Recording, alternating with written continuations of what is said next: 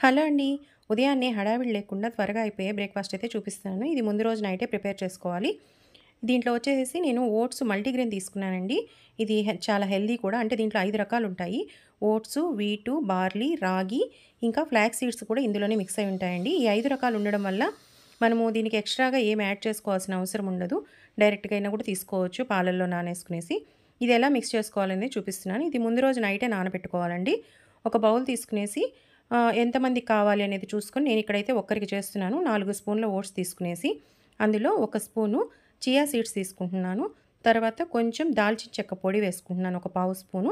తర్వాత పాలు పోసేసేసి, అవి మునిగేంత వరకు పాలు పోసి, ఒక 2 స్పూన్స్ హనీ వేసుకునేసి, నైట్ అంతా ఫ్రిడ్జ్‌లో పెట్టేసేసుకున్నాను. మార్నింగ్ లేసి చూస్తే ఇదిగోండి ఇలా అంతా కూడా పాలన్నీ కూడా పీల్చేసుకుంటుంది.